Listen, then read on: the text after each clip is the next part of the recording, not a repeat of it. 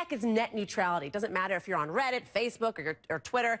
It's one of the top stories everywhere today. Senator Ted Cruz tweeted that net neutrality is Obamacare for the internet.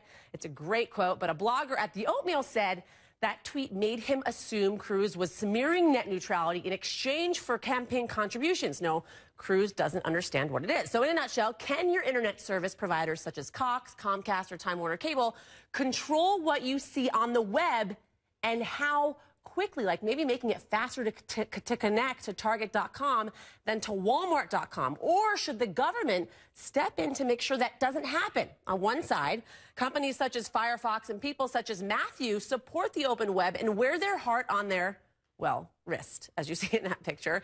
And on the other side, people wary of more government regulations, such as Jennifer, who linked to a Wall Street Journal article while saying, next bad idea, the Department of the Internet. The White House has released a YouTube video, and President Obama said net neutrality is crucial to maintaining the Internet as we know it. Let's listen. Everybody, ever since the Internet was created, it's been organized around basic principles of openness, fairness, and freedom. There are no gatekeepers deciding which sites you get to access. There are no toll roads on the information superhighway. This set of principles, the idea of net neutrality, has unleashed the power of the Internet and given innovators the chance to thrive. Abandoning these principles would threaten to end the Internet as we know it. That's why I'm laying out a plan to keep the Internet free and open. And that's why I'm urging the Federal Communications Commission to do everything they can to protect net neutrality for everyone. They should make it clear that whether you use a computer, phone, or tablet, President Obama pleading to the FCC. All right, let's bring in Lance Ulanoff. He's the chief correspondent and editor-at-large for Mashable, and also Justin Tyler, contributor for The Daily Share. Lance, my first question goes to you. How is this going to affect consumers if net neutrality goes away?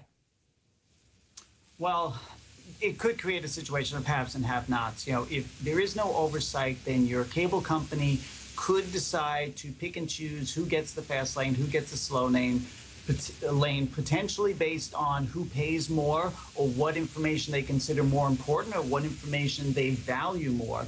Currently, because there is no real net neutrality rules right now because they got struck down, so there's nothing in place. What tends to really happen in the real world is that these companies choose to slow down certain entities because of what they consider necessary throttling to maintain the quality of internet service for everyone. That's, in theory, what's happening.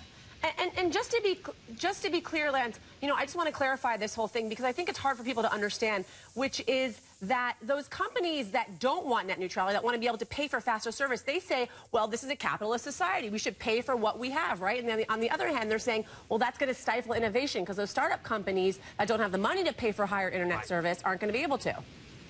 Well, look, we're already seeing some of this. I mean, it's exactly right. So there are right now what's called peering deals. There are deals between companies like Netflix and major internet providers to a wide number of companies because basically they're providing so much information that if they don't make these deals, the quality of service, for example, your binge watching, gets kind of crummy on services like Cox. But could an upstart, could another company that's trying to compete with Netflix afford to make those kinds of peering deals? That's the question really that we have here. And, you know, it's whether you look at internet access as sort of a business that supports people or like water that everybody must have for life and nourishment.